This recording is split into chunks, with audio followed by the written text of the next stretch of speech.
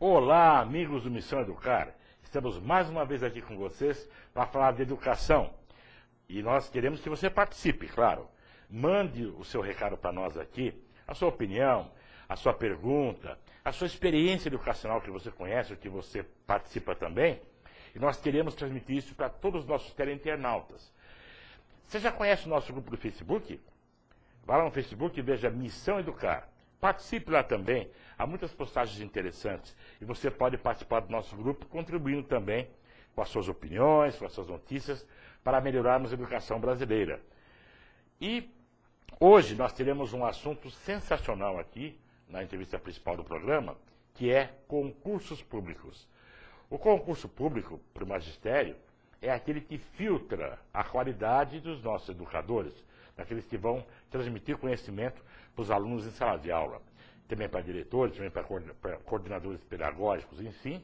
Nós temos toda uma série de requisitos que o concurso público afere para darmos mais qualidade ao nosso ensino. E ao participar do nosso programa, você entrando aí na telinha da TV e participando, você vai concorrer hoje a livros. Nós temos aqui 2 livros que vamos sortear. Até o Odair vai dar um close agora com nós aqui, né? Um é o famosíssimo Eletronzinho, de autoria do professor Dirceu Moreira, um livro que foi lançado há 21 anos, e nesse tempo todo ele faz a alegria da criançada e dos professores também. E outro livro, também sensacional, é o Semeador, né? Ou não, o Cavaleiros do Céu, confundi a capa. Cavaleiros do Céu, também do professor Dirceu Moreira, que é um livro que fala muito sobre educação, sobre formação, que vai na sensibilidade de quem educa e de quem é educado também. Além disso, hoje nós temos uma atração especial, diferenciada, né? Que será o seguinte: nos nossos intervalos, nós teremos comentários de jornalistas sobre educação.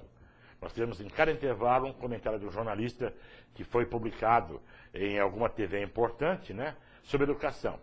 E o professor Dirceu Moreira e a nossa convidada de hoje vão poder comentar também em cima desse recado que os jornalistas dão.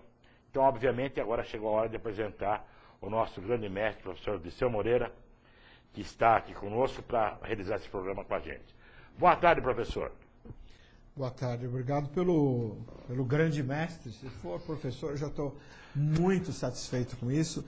E que hoje nós vamos falar aqui de um assunto bastante interessante, porque normalmente a gente sempre trata aquela história da questão do palco, né? Todo mundo gosta de palco, gosta da plateia, mas sempre esquece um pouquinho dos bastidores. E esse assunto mesmo está um pouco voltado aos bastidores. O que acontece por trás, antes de acontecer o espetáculo em sala de aula? Todo um processo, um procedimento dentro da estrutura de uma escola, que é a história dos concursos, né? Isso é um assunto bastante importante, técnico, mas porém um assunto delicado, porque envolve ao mesmo tempo que é o técnico, mas envolve o ser humano aí nesse aspecto.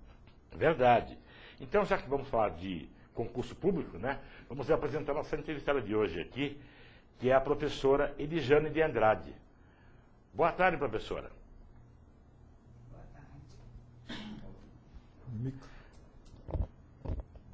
Esqueci do microfone. Boa tarde. Na sala de aula não tem microfone, né, professora? Não. Então, na verdade, concursos públicos, né? Até essa informação foi a professora que me cedeu. Eu não sabia disso, soube agora há pouquinho do bastidor aqui antes de entrar no programa. No tempo do Império, era o imperador que delegava, que indicava os funcionários públicos de qualquer tipo. E ele também, além de indicar, ele também exonerava. O imperador fazia isso, né? Depois, na República, esse poder passou para o governo federal, que também era meio desse jeito, né? Era na base de indicação, escolheu, não escolheu, tira fora, etc. E depois, então, a partir, se me falha a memória, de 1934, é que isso passou a ser feito através de concursos públicos. Até a professora vai dar uma complementação agora sobre esse assunto, né?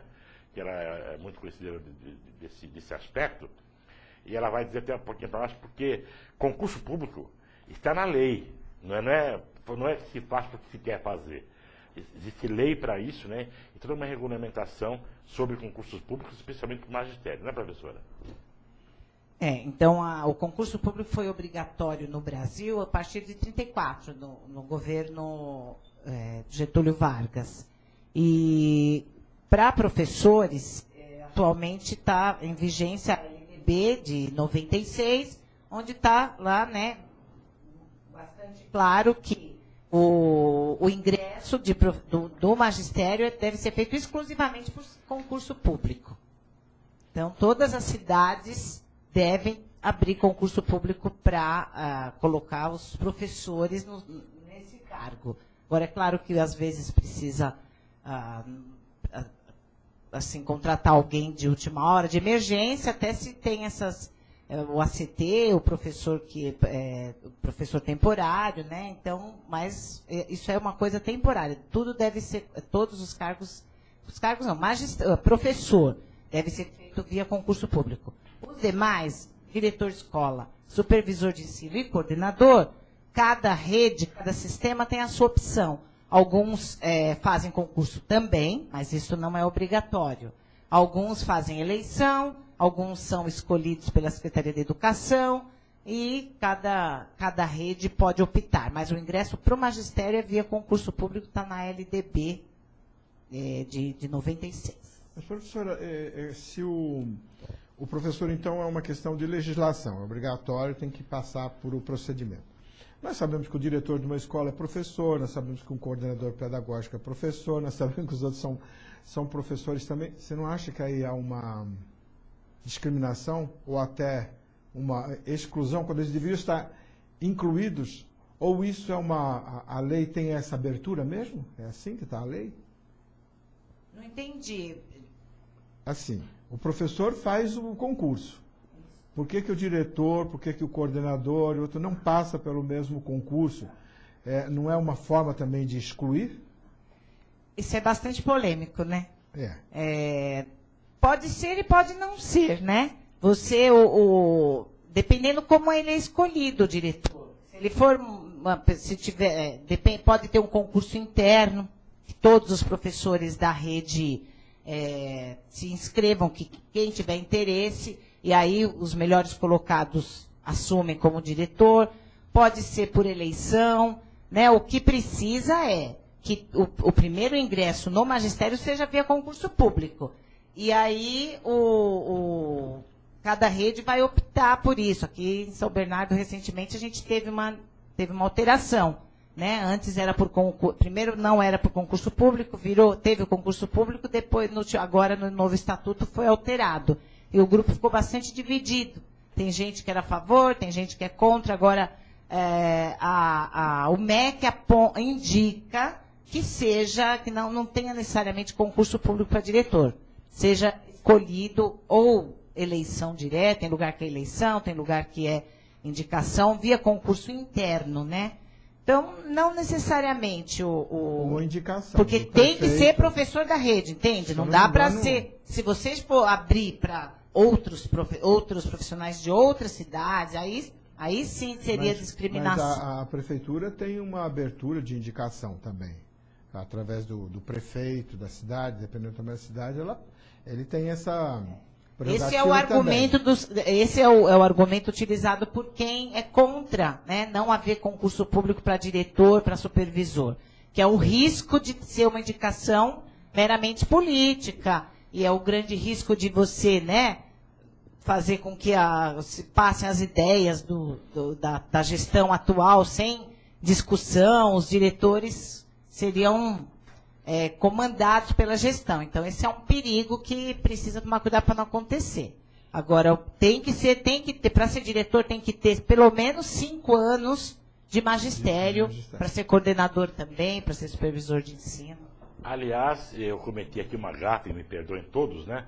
Eu não apresentei bem a professora Edjane, né? Você começou a apresentá-la e quase passei direto, né? Eu passei por cima da lombada. Então, a professora Edjane, ela é formada em pedagogia na USP, ela também fez mestrado na USP. Se ela quiser explicar um pouquinho melhor qual foi a direção desse mestrado, ela pode falar daqui a pouquinho. E ela tem muitos anos como professora e também como diretora escolar, né? Ela foi diretora em São Paulo, foi diretora em São Bernardo, aposentou-se há pouco tempo. E já há alguns anos ela trabalha formulando questões para concursos públicos e corrigindo provas de concursos públicos, né? Então, não sei se o senhor quer acrescentar mais alguma coisa na sua formação que o senhor acha relevante. Não, né? Eu dei aula para crianças de 1ª a 4ª série, antigamente era 1ª a 4ª, 1º ao 5º, dei aula para o magistério, fui professora efetiva do Estado, fiz muitos concursos, né? E fui diretora da Prefeitura de São Paulo, da Prefeitura de São Bernardo, fui funcionária da Universidade de São Paulo, na área de Química, tem aí 35 anos de trabalho. E também curso de extensão, né, em universidade, não foi? O curso de extensão? Eu continuo dando aulas na Uninove, né, numa pós-graduação da Uninove para professores em caráter temporário. E nós temos agora aqui a participação de primeiro internauta de hoje, Sandro Salles, de Ibiúna. Muito obrigado pela participação, Sandro Salles. E olha, estamos esperando mais pessoas aí mandarem as suas participações. Inclusive, é muito importante, Sandro, eu vou te pedir novamente, por favor, não avisei hoje, manda o teu e-mail para a gente. Qual é o teu e-mail? Porque a gente vai fazer sorteio depois aqui dos livros, né? E a gente se comunica com vocês por e-mail. Da maneira como vocês entram aqui na tela da TV e mandam para a gente a sua mensagem, eu não vejo qual é o teu e-mail. Então, Sandro, agradeço a sua pergunta, já vou colocar aqui o seu comentário, e mande para a gente o seu e-mail. E os demais que entrarem também para nos brindar com a sua participação, mande os e-mails, por favor. O Sandro diz assim: boas perguntas, professor Liceu. Ótimo programa. Esse é o comentário do Sandro. Nós vamos fazer com a professora agora, porque eu tenho uma curiosidade muito grande, professora, para saber a respeito de concurso, porque eu sempre vejo os professores e os contratados que depois não são efetivados, mas sempre isso. Quais são os procedimentos? Como é que começa a se formular uma prova que vai compor um concurso? Assim, quem que participa disso? Como é que se monta tudo isso? Então, a prefeitura, normalmente a prefeitura, o Estado, o governo federal, contrata, de um modo geral, uma empresa para organizar o concurso. E, normalmente, as empresas já têm um corpo jurídico, já têm pedagogos, já têm profissionais que mandam né, um modelo de edital. Aí, a prefeitura vai ver se aquele modelo está de acordo com as suas necessidades, vai interferir tem conteúdo para a parte que eu trabalho. Tem o conteúdo programático, que seriam os assuntos da avaliação, de educação inclusiva, legislação, conhecimentos pedagógicos, né, filosóficos da educação, e depois vem os livros e as leis. Então, duas partes. E daí a prefeitura, em consonância com que a empresa coloca lá como sugestão, monta o edital, joga aí para a rede, para a cidade, e depois aí entra a minha parte. Eu entro na parte de formular as questões em cima das referências bibliográficas. Então, normalmente hoje em dia, ainda, os concursos que eu faço, que são mais para o interior, né? Eu faço concursos para cidades pequenas. A maior que eu fiz foi para Cotia, aqui perto de nós. Normalmente vem um rol de 15 livros, inclusive do senhor faz parte, né? O livro sobre bullying. Faz muitos editais, vem o livro do professor Dirceu. Então, em cima daqueles livros, eu escolho 20 perguntas, livros e legislação. Normalmente tem uma média de 15 livros e legislação mais uma média de uns 8 itens. Então, entra sempre a Constituição Federal, o artigo referente à educação, a Lei de Diretrizes e Bases, normalmente na sua íntegra, né? As diretrizes curriculares nacionais, os documentos do MEC são colocados, as diretrizes para a educação inclusiva não pode faltar de jeito nenhum. Atualmente, a lei sobre africanidades também é uma coisa que tem bastante. A lei sobre inclusão da música no ensino fundamental, e assim sucessivamente. os parâmetros curriculares nacionais, que é um rol de documentos que ainda da gestão anterior ao Lula, do Fernando Henrique, é um documento muito bom que assim dá, né, passa por todas as áreas de conhecimento, tem os temas transversais, né, que precisa ser trabalhado desde o 1º até o 9º ano. Isso no fundamental. Na educação infantil tem os referenciais curriculares nacionais. Em cima desses livros, eu elenco algumas questões, alguns assuntos, não dá para cobrir tudo. E com o conhecimento que eu tenho de trabalho na educação, eu já meio que já penso assim, o que é importante esse professor saber? Na minha avaliação, né? Desde 84 que eu estou na educação, então eu tenho o que eu acho que é mais importante, eu penso, dou bastante prioridade às bibliografias da internet, porque é uma coisa que todo mundo tem acesso, fica uma coisa mais democrática, porque às vezes a pessoa não tem acesso a determinado livro. E então eu vou escolhendo as perguntas e começa aí o meu trabalho. Depois eu explico melhor. Bom, realmente, olha, pelo que eu percebi, professor, a coisa vai longe, hein? Hoje 3 horas de programa aqui é pouco. Então nós vamos agora chamar o nosso intervalo, em que a gente vai ver uma opinião do Arnaldo Jabor sobre educação.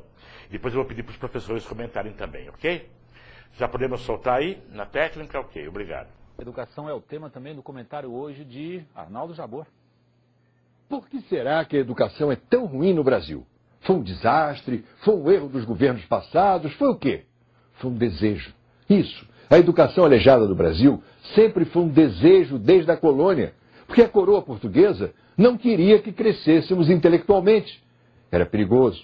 Ao contrário dos americanos, que puniam os pais que não educavam os filhos, nossos portugueses desconfiavam da educação e a tradição ficou. Até o século XIX era proibido publicar livros sem o aval da igreja e o carimbo do governo. A primeira universidade do país foi fundada em 1920 para exibi-la ao rei Alberto da Bélgica, que veio nos visitar. Sabem quando a Argentina criou a sua? Em 1613. Portugal estimulou o bacharelismo, a dedicação a literatices, ao invés de ciências exatas essenciais para o desenvolvimento. O caso do Tiririca é exemplar. Ele sabe assinar o nome, mas é como 50% de alfabetizados do país. Analfabetos funcionais, incapazes de assumir funções sofisticadas que o mercado exige com o progresso. O mapa demonstra que a educação piora à medida que subimos para as áreas das oligarquias coloniais, Norte e Nordeste. A miséria da educação no Brasil não é um acidente, é uma obra de séculos. Tiririca, você não está sozinho, você representa milhões de brasileiros. Aí o Arnaldo Jabor dizendo, né, no começo ele já falou, que a nossa má qualidade é intencional. Qual a sua opinião, professor? Bom, primeiro eu quero dizer o seguinte, todo governo, qualquer governo, que quiser manipular uma massa, que quiser manipular o povo, começa a fazer por aí, esse é o caminho. Porque se o homem não pensa, não tem as suas competências intelectuais desenvolvidas, não é só competência intelectual não, competência afetiva também, inteligência afetiva e cognitiva, desenvolvida, ele se torna, evidentemente, um impúbere psíquico na mão dos governantes que pode manipular essa massa até quanto eles querem. Agora é bom lembrar, que o Jabor colocou, mas é bom lembrar de um detalhe fundamental, que é o seguinte, eu não lembro da frase direito, mas é mais ou menos assim, ninguém vai conseguir dominar um povo o tempo todo e a vida toda. Uma hora esse povo se liberta, e o problema de quando se liberta não é criar bagunça, aí é que vem o problema, porque quem fica aprisionado durante muito tempo sobre o jugo o pior jugo que tem, que alguém pode submeter ao ser humano, não é o jugo de colocar numa prisão, é o jugo de tirar dele o direito à educação, o direito a aprender, a pensar, a contestar, porque é isso que se propõe a educação, não é, professora? Criar cidadãos conscientes e críticos, não é isso? Eu, como boa educadora que sou otimista, né? Eu acredito na educação, apesar de todo esse passado, apesar da fala do Jabor, apesar dos nossos analfabetos funcionais e da qualidade da educação brasileira ainda está muito aquém do que deveria. E uma coisa que, por exemplo, os pais, a comunidade, eu gostava muito de trabalhar com a comunidade, eles valorizam muito a educação, né? Uma das coisas que eles mais prezam, infelizmente, nossos governantes estão mais no discurso do que na prática, mas uma coisa legal que em 2016 tem que acontecer é a obrigatoriedade da educação dos 4 aos 17 anos. Por enquanto, a obrigatoriedade é do 1º ao 9º ano. A partir de 2016, todas as crianças de 4 anos deverão ter possibilidade de serem matriculadas.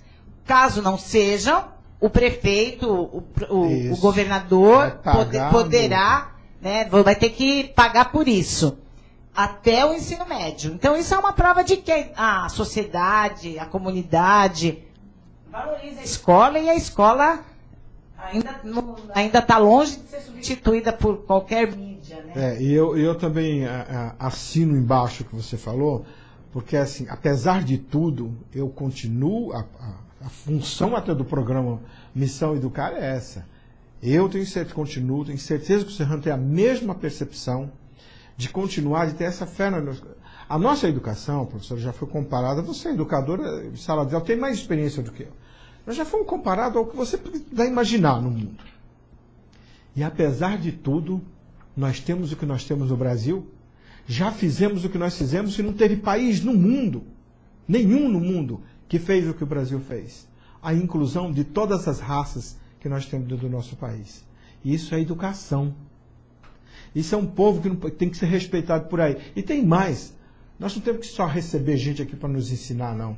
Nós temos muita competência para ensinar lá fora. Muita. Muita competência. Graças a essa garra, essa perseverança do nosso educador, que ele não para. Ele não para. Porque ele ama aquilo que ele faz e ele acredita. Então, eu tenho essa fé nos nossos educadores na educação. Não abro mão disso. Senão, não estaria aqui nem fazendo esse programa, esse Serrano também não estaria, e endossamos as tuas palavras. Então, eu queria fazer uma pergunta aqui, professora.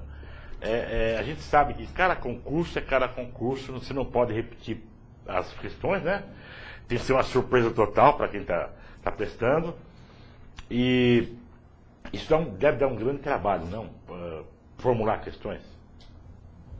É uma responsabilidade, né? Primeiro, no sentido, nessa preocupação que eu disse para vocês, a gente formular questões que já sejam uma espécie de uma formação inicial para o professor. Então, eu quero um professor que tenha uma conotação mais construtivista. Eu vou fazer questões numa linha construtivista. Quer dizer, já vem da bibliografia aí. Mas a maneira também como eu vou pincelar e pensar esses assuntos. Se eu quero um professor que vai trabalhar, né, dependendo, vai ser o professor para educação infantil, ou normalmente hoje em dia PEB 1 pode trabalhar com educação infantil, pode trabalhar do 1º ao 5º ano. E depois PEB 2, professores que vão trabalhar de 6º ao 9º ano ou ensino médio, que são os professores especialistas. Eu elaboro a parte pedagógica, das questões pedagógicas, que seriam sobre avaliação, sobre didática, sobre legislação pedagógica. Mas é diferente se eu estou fazendo questões com um professor que vai lidar com criança de um professor que vai lidar com adolescente. Então, eu já tenho que pensar, vou priorizar, por exemplo, a questão do conflito, né, mais para o adolescente, do conflito em sala de aula, das assembleias de classe. Então, eu vou trabalhar mais com Júlio Gropa, que é um profissional que trabalha com isso, embora às vezes ele está no concurso dos 2 cargos. Se é educação infantil, eu vou trabalhar bastante o brincar, vou priorizar as bibliografias nesse sentido. Então, dependendo, já é uma espécie de uma formação, que não é suficiente, é importante, é democrática, é maravilhosa, porque vai entrar o filho da empregada doméstica, vai entrar a empregada doméstica, vai entrar o filho de diretores, vai entrar o filho do ministro da Educação. Vai entrar qualquer um, se ele conseguir passar naquela prova de títulos. Agora, professor, a prefeitura, depois de vocês terem montado tudo isso, formar as questões, a prefeitura tem também lá uma comissão de professores, um grupo que vai receber isso tudo teu e também vai fazer uma outra avaliação? Ou já é esse projeto, quando você apresenta, depois da aprovação lá, já é a final? Ou essas perguntas vão passar por um outro crivo? Olha, pelo andar da carruagem, que os prazos são sempre muito exíguos, né? Essa parte que é ruim, né? A gente fala do concurso e tal, mas infelizmente é tudo muito rápido. Normalmente a gente entrega as questões na segunda-feira. Também o tempo é bom ser rápido para poder não dar nenhum problema de sigilo, né? De informação que vaze e tal. Aí eu entrego as questões na segunda, a empresa vai revisar, vai dar uma olhada se não tem questões repetidas. A internet ajuda muito nisso, joga lá no Google se tiver questão repetida, porque às vezes pode até acontecer, mesmo sem querer, né? E depois, no domingo, já é o concurso. De um modo geral, não, fica só tempo com a empresa mesmo que elabora. E quando vem aquele problema de vazar, já aconteceu com você, de vazar informações? Que eu tenha sabido, não. Não. Então, olha... Inclusive, eles passam, essa empresa que eu trabalho, passa para mim 200 questões. E eu divido. Eu tenho um grupo de colegas, né, em São Bernardo, a gente divide. Eu não quero nem que passe por mim. Eles mandam direto para a empresa, que é para evitar... eu me responsabilizo pelo sigilo das minhas questões, né? Eu faço 20, outra pessoa faz 20, também para garantir uma qualidade, porque se você pega muitas para fazer, acaba não fazendo direito, né? Legal. Então, há uma série de curiosidades para a gente entender aí. Inclusive, tem uma pergunta aqui da Margarete, lá de São Caetano do Sul. Obrigado, Margarete, pela sua pergunta, que eu vou deixar para depois do intervalo. Ela está perguntando justamente sobre a dificuldade de corrigir questões, né? Isso vai vir depois. Então, eu vou pedir à técnica que coloque o nosso outro vídeo, que é um comentário de uma jornalista do SBT sobre educação também. E aí eu vou pedir a opinião de vocês, ok? E às vezes nem acho. Olha, é sempre assim. Na hora de pedir votos, todo político repete a mesma ladainha. Vamos investir em educação. Só que depois de eleitos, poucos transformam a promessa em realidade. Vejam só o caso do projeto de lei que desonera impostos de materiais escolares que nós mostramos na matéria. Depois de aprovado no Senado, está emperrado na Câmara dos Deputados desde 2009. E pasmem, naquela casa, o projeto chegou a ser rejeitado pela Comissão de Educação. Que ironia do destino. Mais forte foi o lobby do setor automobilista, que foi agraciado aí com a redução de IPI. Mais sorte deram os artistas nacionais, que terão isenção fiscal sobre CDs e DVDs. Essa é a prioridade que os políticos dão à educação. Fato é que países medíocres como o Brasil não priorizam a educação porque não querem crescer, porque não querem mudar. Mudar para quê? Deixa como está. Deixa o povo na rédea curta da ignorância. Assim fica mais fácil manobrar. Vocês viram, é um comentário de uma jornalista, Sherazade, do SBT, nada a ver com a Arnaldo Jabor, ela fala na mesma linha. Como o professor Liceu Moreira e a professora Diana disseram, a gente não pode ser pessimista, nós não estaríamos aqui, nós acreditamos na educação. Mas ela falou do voto. Então é muito importante a gente votar naqueles que têm uma história, não só promessa, né, com a educação. Mas aí eu não vou dar opinião muito prolongada, vou deixar para a professora Diana e para o professor Liceu, para poderem dar sua opinião a respeito. E eu vou ceder a palavra à dama. Primeiro, que você fale, já que eu comecei na outra comentando, e aí eu complemento o que você falar. Ela está comentando a falta de incentivo para os materiais escolares. Que os automóveis tiveram, né? Tiveram e os materiais escolares não, né? Tem muito o que comentar, né? Eu acho que é isso. É a gente apelar para os nossos políticos para que o discurso de valorização da educação deixe de ser discurso e realmente aconteça na prática. Eu acho que um caminho é isso que você apontou, né? Eleger pessoas que tenham tido na sua história um compromisso com a educação, com a escola. Tem muito que dizer. E hoje até está mais fácil, professor. Esses caras estão todos, o que eu voto, a deputado federal e a deputada estadual, estão no meu Facebook. E eu já mandei várias sugestões lá, inclusive uma delas chegou a me devolver dizendo que já tinha um projeto semelhante, que eu falei assim, os semáforos, né? Já que a gente está falando de educação, tem um semáforo desinteligente. Coitado, não vou chamar o semáforo de burro, né? Ele é desinteligente. E o semáforo que é inteligente, que economiza, isso eu mandei. A resposta, existe o projeto lá, né? Então, nós temos, cara, acompanha, cobra. Agora, tudo bem, a Sherazade colocou uma coisa que é assim, que o Brasil, não é o Brasil que não quer. O povo quer e o povo está mudando. Só não percebe quem não quiser. A massa não precisa mudar 100%. É importante ver que existem aqueles que estão mudando. E esses que estão acima impedindo de mudar, não terão forças para impedir a força dessa massa. Não vai impedir. Esse jovem, essa juventude toda hoje que vem aí, que o pessoal aparece e fala, pô, não estão perdidos não. Eles vão impulsionar essa mudança. E estamos aqui para ajudar a impulsionar essa mudança. E os políticos que não tiverem nessa mudança, cai fora. Então, eu tenho uma notícia aqui.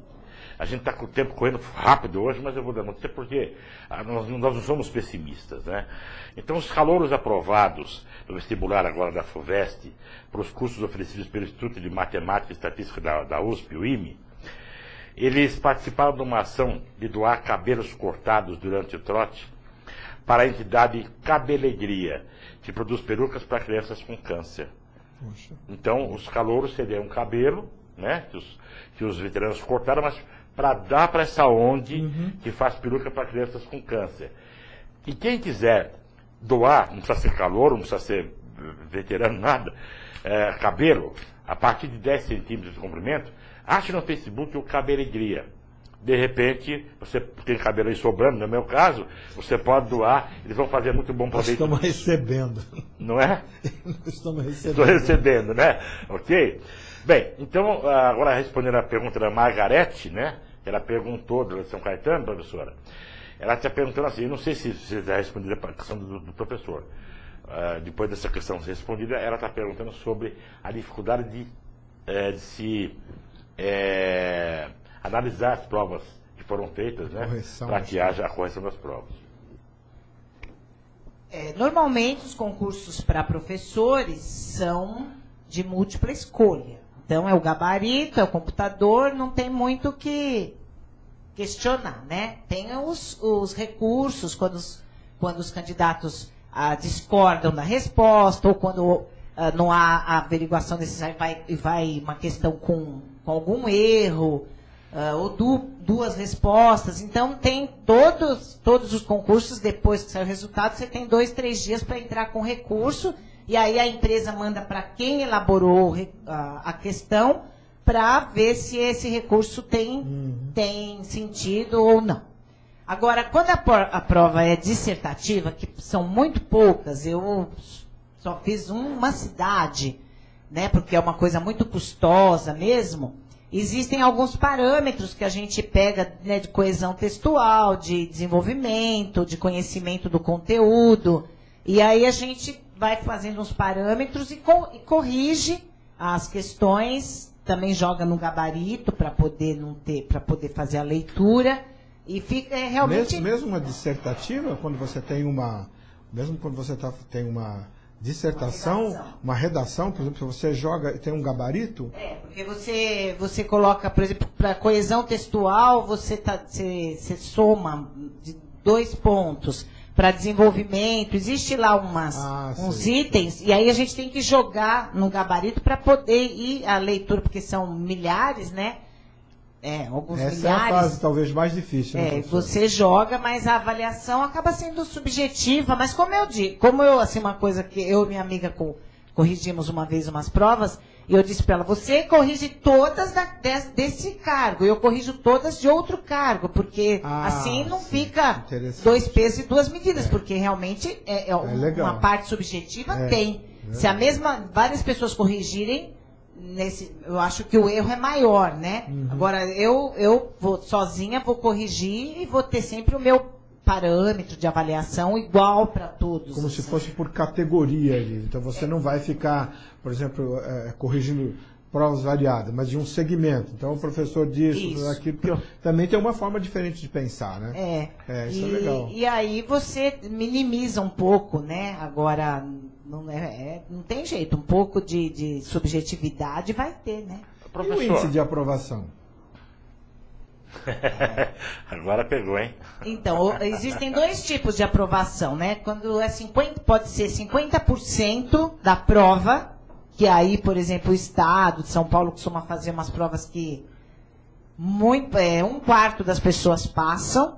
E você, São Caetano, recentemente, a prova de São Caetano, eles por exemplo, eles teriam, faz de conta, 100 vagas. Eles chamaram 300 pessoas, independente da pessoa acertar 50%. Então, o tricentésimo candidato, se ele acertou, se eram 60 questões, ele acertou só 20, todo mundo que acertou 20 passa. Sim. Passa e fica aguardando ser chamado por 2 anos, normalmente, né? Mas o índice não tem sido muito alto, não, né? Entre 20% e 50% que costumam passar mesmo. Nós abordamos recentemente os médicos, né, professor? Os médicos recém-formados, né? Exato. O CREMESP. Como que é o CREMESP, como que é o índice de reprovação. Baixíssimo também em tudo, mas é aquilo que foi comentado, a questão do índice do analfabetismo funcional. Eu tenho a impressão que talvez você, nas provas, em algumas avaliações, você deve ter encontrado muita coisa dos nossos professores, até por uma questão da própria formação dele, não da formação dele porque ele está na faculdade, a base nossa, né, que começa a ser corrigida, né, que começa a se valorizar um ensino infantil, que antes era um verdadeiro depósito de criança, né, mas você deve ter encontrado bastante coisas que dá para identificar, ou seja, não conseguir interpretar o texto. Encontra isso? Bastante, né? E nós temos, assim, muitas pessoas que fizeram o ensino fundamental há muitos anos e voltaram já adultas para fazer pedagogia, depois que os filhos cresceram. Tem problemas básicos de escrita. Esses casos não tem muito jeito. Agora, eu particularmente acho que a gente não deve ficar num saudosismo dizendo, porque naquele tempo o professor sabia falar bem, escrever bem. É o que nós temos hoje. Nós temos, claro que as universidades, as faculdades particulares precisam investir mais, precisam garantir uma qualidade na formação inicial. O concurso público é uma peneira, mas penso eu que não deva ser uma peneira muito fina, não. Porque o mais importante, e aonde a gente sabe que funciona, é na escola. Então, os professores que chegam, a equipe de gestão, o coordenador, o diretor, se tiver supervisor de ensino, precisa trabalhar com aquele professor, né? Claro que você não vai poder colocar um professor que vai escrever salsicha com C cedilha, né? Com X. Claro, tem certas coisas, tem seus limites, mas vem professores muito bons, né? Que tem uma capacidade tranquila de gerenciar uma turma. Tem professores que têm mais dificuldade. O importante é o quê? Que haja esse trabalho em grupo, coletivo na escola, que seja dada uma formação continuada. É por isso que tem a capacitação. O concurso hoje, né? público não é para pegar os bambambãs, os mais espertos e inteligentes, é para dar oportunidade para todo mundo se candidatar a um cargo. Também eu acho legal não ter essa 50, por quem acertar metade passa, quem não acertar não passa. Eu acho que essa proposta que eu vi atualmente, de você pegar 3 vezes o número de vagas, te pega trabalha mais com a realidade. Depois a prefeitura tem que dar uma formação inicial antes desse professor ir para a sala de aula, e depois na escola é uma formação continuada. Né? Você falou uma coisa que é importante, né? Se todas as prefeituras, se isso já estiver acontecendo 10% nas prefeituras, isso está ótimo. O professor vem, eu acho que realmente também esse negócio de teste, definir, eu não acho, o teste não tem que definir, é um referencial. Prova é um referencial. Porque veja, eu posso fazer a prova hoje, e eu fazer essa prova daqui 15 dias, e o meu resultado ser totalmente diferente, eu nem sequer estudei. Porque tem uma série de condições no meio. Agora, esse professor chegou na escola, se ele é acolhido pela equipe, e essa equipe, então, faz hoje o que a gente está fazendo, por exemplo, quando eu vou dar palestra, tudo bem, eu gosto de dar palestra, tá. Mas eu gosto quando eu vou dar uma capacitação de 8, de 16, de 30, até de 40 horas. Porque você está capacitando, não é? O pessoal tem que entender que não é uma palestra que capacita, a palestra desperta, é o despertar, é uma semente.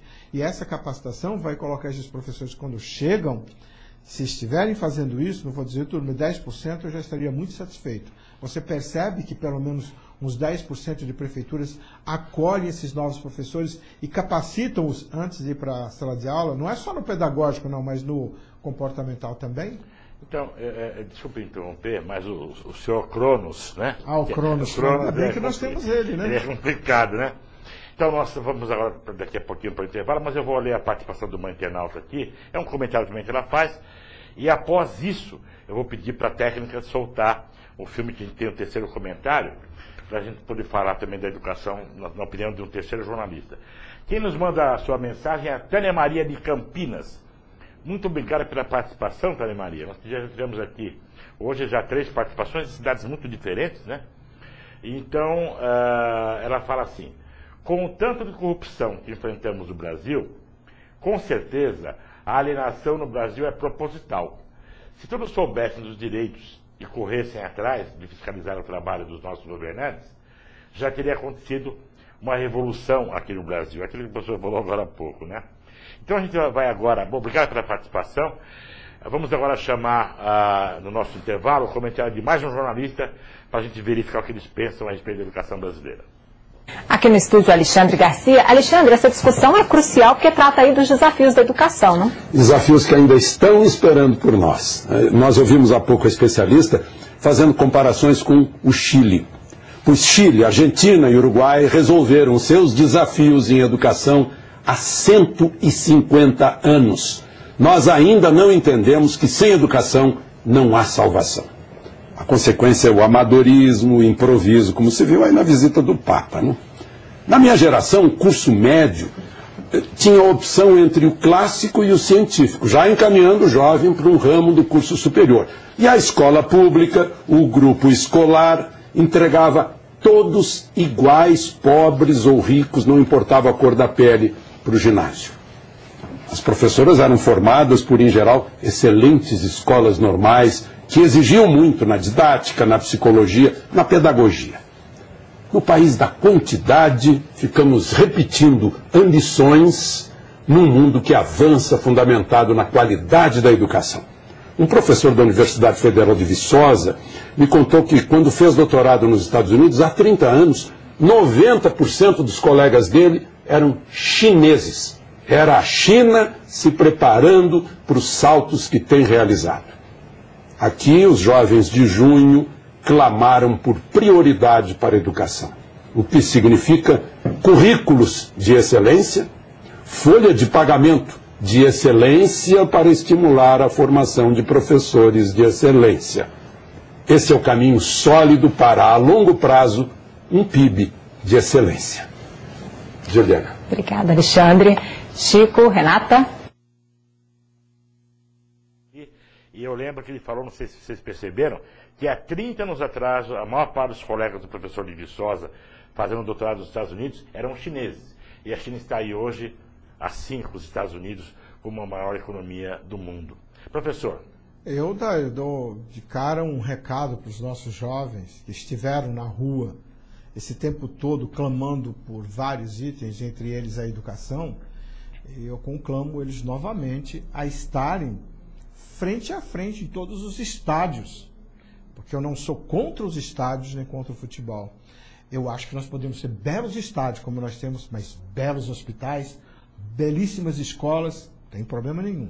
Mas convoco os senhores jovens a fazerem isso, mas usando de todo o princípio da educação e do respeito ao outro, e podemos fazer uma revolução silenciosa.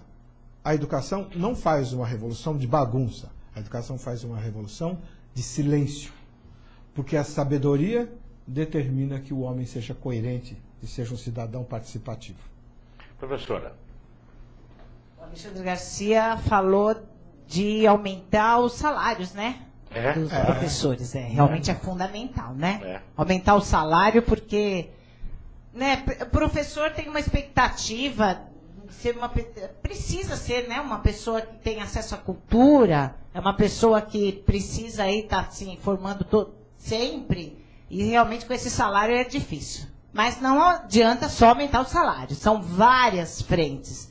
É o salário, é a carreira, é a formação na escola, é a formação inicial, é o concurso público de boa qualidade. Depois que o professor inicia na carreira pública, ele tem um estágio probatório, que é alguns 2, 3 anos, que a partir daí é que ele vai ser realmente funcionário público. É importante que esse estágio probatório funcione bem. Normalmente não funciona, né? Porque o concurso é uma peneira, mas não é suficiente para garantir a qualidade na sala de aula. Exato. É o dia a dia que vai, 2, 3 anos já é suficiente para saber se esse professor está pronto para... Não que ele esteja pronto, nunca estamos prontos. Estamos sempre nos preparando para qualquer profissão. Mas se esse professor tem condição de assumir a sala de aula, né? E aí, se o professor não tem que ter coragem de cortar. Olha, você vai procurar outro trabalho, vai, né, trabalhar em comércio, indústria, porque para professor você não tem jeito. E as pessoas não têm coragem. Existe muito corporativismo, existe muito passa a mão na cabeça. A gente ainda tem uma sequela aí do tempo do império, de proteger as pessoas, os funcionários públicos, né? Então, ao mesmo tempo que precisa dar condições para esse professor, salariais, de trabalho, de sala de aula, ajudar os alunos que têm necessidades especiais, não só biológicas, mas muitas vezes afetivas, emocionais, precisa dar toda essa condição para o professor, e também quando o professor não é bom, dá tchau para ele, né? Eu quero lembrar, me perdoe, né? Eu quero lembrar o seguinte, para quem está vendo esse programa agora, que exatamente a educação continuada dos professores, dos diretores, profissionais de ensino, é o principal trabalho do professor Dirceu Moreira, além de escritor, de autor, porque ele dá palestras, ministra cursos, preparos, né, uma série de atividades que visam justamente fazer isso que a professora está dizendo agora. Você passa pela peneira do concurso, passa pelo período probatório, mas você tem que ter o apoio de uma equipe, né? E aí você, então, ter, de vez em quando, uma capacitação, né, que a gente chama de educação continuada, formação continuada, para poder fazer frente às demandas do ensino. Né? Bom, eu só diria o seguinte, infelizmente, e isso aqui já veio uma frase padrão, né? Quando a entrevista é boa, o tempo voa, nós estamos só com 3 minutinhos. Eu até peço ao professor Dirceu Moreira que faça aquela pergunta crucial, porque não vai dar tempo. Peço também para a professora que responda com a maior objetividade possível. Quem sabe dê tempo de 2 perguntas, né? Para a gente poder encerrar o programa, então, com chave de ouro. Não, a pergunta é bem simples e crucial. Você se sente realizada como educadora, como professora, depois da sua aposentadoria? Você fez uma retrospectiva? Valeu a pena? Você falou assim, eu voltaria e repetiria tudo de novo?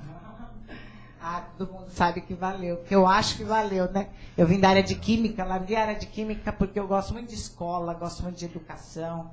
Faria tudo de novo, né? De algumas maneiras diferentes, não igual. Sim. Tive muitos erros, mas foi maravilhosa a minha opção como professora, como educadora. A educação é uma coisa maravilhosa de se trabalhar. Pena que, né, falta realmente um incentivo maior aí de salário, de condições de trabalho, de apoio geral às crianças que têm problemas, às famílias. Mas a educação, se minha filha quiser ser professora, meu filho quiser ser professor, eu dou maior apoio. Está apoiado. Professora, quem quiser procurar a senhora para falar desse assunto, alguma empresa que queira, alguma prefeitura, qual o seu contato, seu e-mail para contato? É edjane_andrade@hotmail.com. Edjane é demudo. Demudo, E, D de dado, J-A-N de navio E. Certo. _Andrade. E também está aí na tela, né? Edjane_Andrade @hotmail.com, né? E todo mundo sabe que eu sempre falo aqui que quem quiser achar o professor Dirceu Moreira, além do Facebook e tudo mais, tem o site dele, www.dirceumoreira.com.br. E eu pergunto ao senhor então, professor, valeu a pena? Está valendo? Vale. Aí eu concordo totalmente com o professor Edjane que vale a pena. Eu acho que... Olha, por que vale a pena? Vale a pena porque eu amo aquilo que eu faço. E como ela mesma respondeu. Ela só respondeu que sim, que valeu a pena, que ela faria tudo de novo, de uma maneira diferente, baseado porque ela tem experiência, porque senão a gente repetiria. Eu digo que vale a pena. Vale. Vale a pena investir na educação, vale a pena acreditar nos nossos professores, porque é isso que vai mudar os destinos do nosso país. Eu estive agora em Criciúma, lá num grande centro de estudos lá, SATIC, que é um colégio, uma faculdade, uma coisa fantástica. Aliás, eles têm 5 hectares de área verde, só de área verde, uma floresta nativa dentro dos alunos de biologia. Uma experiência magnífica, você vê lá os professores, aquele pessoal trabalhando. Estive em Porteirinha, Porteirinha deu uma capacitação de 4 dias, aqueles professores de todos os dias, das 8 horas da manhã até as 18 horas. Pô, esse pessoal merece que a gente diga para eles, vale a pena e conta com o Missão Educar. E é por isso que o Missão Educar está aqui e que a UpTV, através da diretora Liliana Gonçalves, aposta na educação. Nós apostamos, você também aposta, e nós juntos, certamente, elevaremos nosso nível e faremos aí gerações de pessoas bem instruídas, capazes de alcançar a sua felicidade. Agradecemos muito a todos vocês. Encerramos o programa por enquanto. Agradecemos a professora Edjane pela sua presença aqui com a gente. O professor Liceu Moreira também. E esperamos vocês na próxima semana, na segunda-feira, às 18 horas, no próximo Missão Educar. E vocês podem ver esse programa mais vezes daqui para frente, né? Entrando no site da UpTV, recomende aos amigos e mandem suas perguntas sempre para a gente poder, então, interagir com vocês, ok? Até a próxima segunda. Muito obrigado.